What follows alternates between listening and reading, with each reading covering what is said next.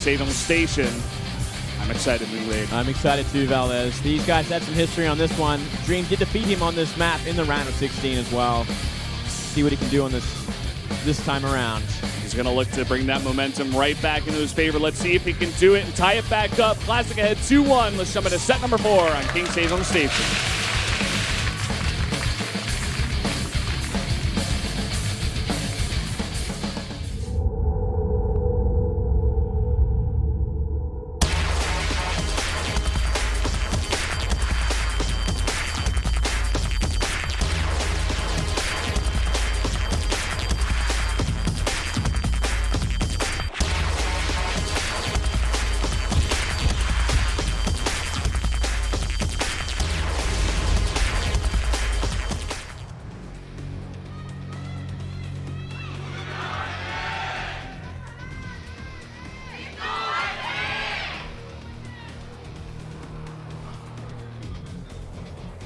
Down here in the bottom right in the red, our return player.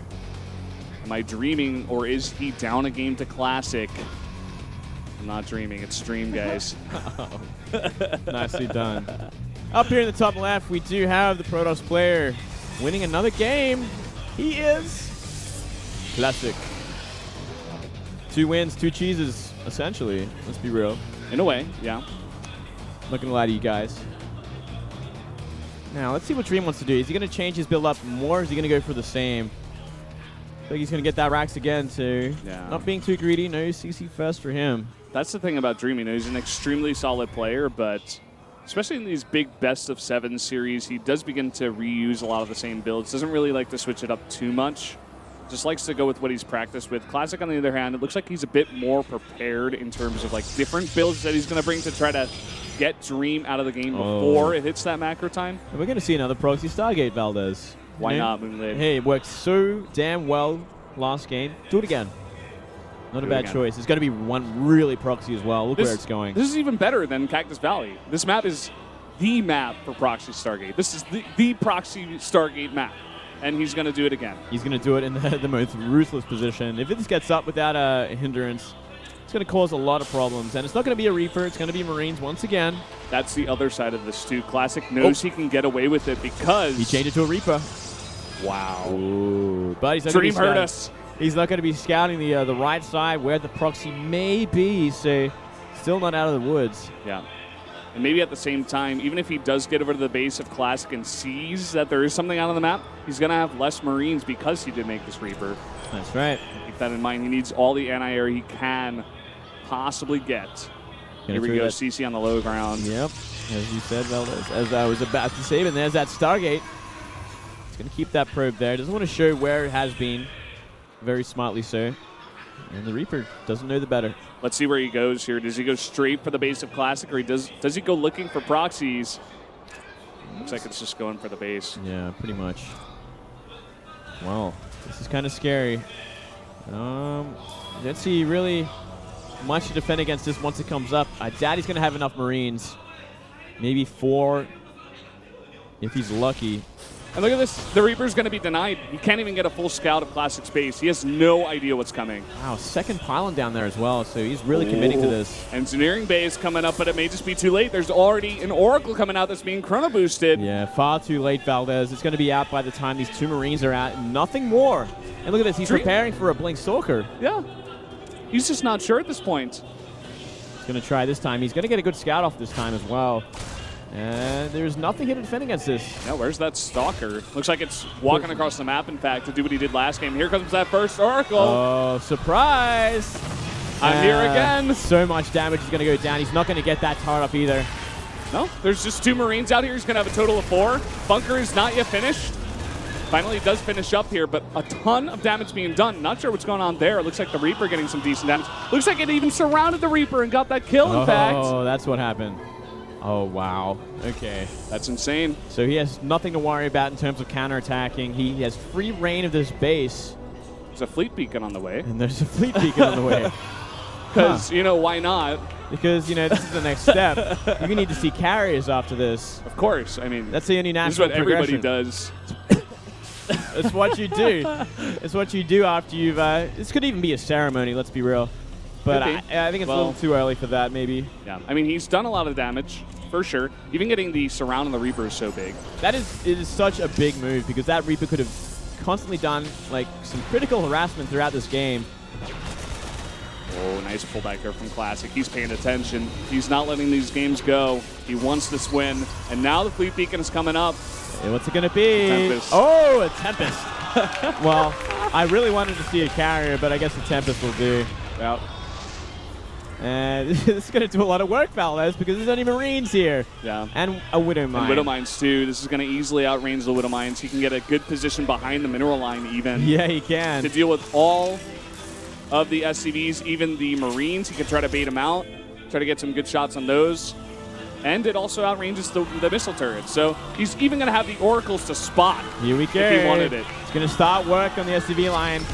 So let's have a look at their face. Dream is looking at this. He's like, seriously?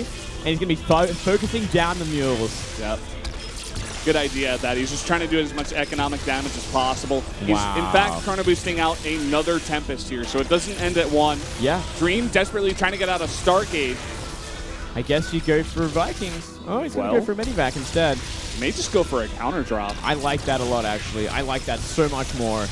And it makes a lot of sense. He's not going to be able to fight these Tempests straight up, ever. They have such a good position behind this mineral line.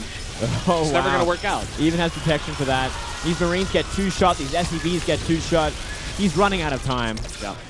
I think you just try to get down to your natural here. These Tempests are very, very slow. Okay, he's going to go for that and maybe just try to defend for now and maybe go for some counter drops a little bit later. Counterattack could do a lot of work here because there's nothing at home. There's not even a mothership core waiting. If a drop went up there, it'd do some critical damage. He's still on one base right now. This is a one-base Oracle into Tempest build. Can't remember the last time I saw this move. I don't think I've ever seen this before, but I am loving it. Yep.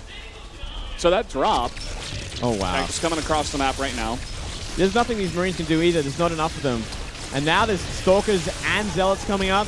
So it's going to be essentially a base trade at this point, but these 8 Marines are going to be left. But at the same time, there's no way the Army of Dream is ever going to be able to fight 3 Tempests. Never, Let's be real. He's going to run the SCVs now, and essentially the bases have been sacked for Dream. Yeah, he's just going to bring back an Oracle. He's got 2 Stalkers here and a bunch of probes to deal with this. It should be enough. He's just going to fight it straight up. He could actually mine walk through those Marines if he wanted to. GG. Wow. What a build. What an amazing build from Classic. This guy came prepared today, Moonblade. That is ridiculous. He is now up 3-1 on match points of taking Dream out of this finals. I am nearly speechless after seeing that crazy build, but all I can say is he came very, very prepared. It may even have just been an on-the-fly thing, you know? He had such a great position.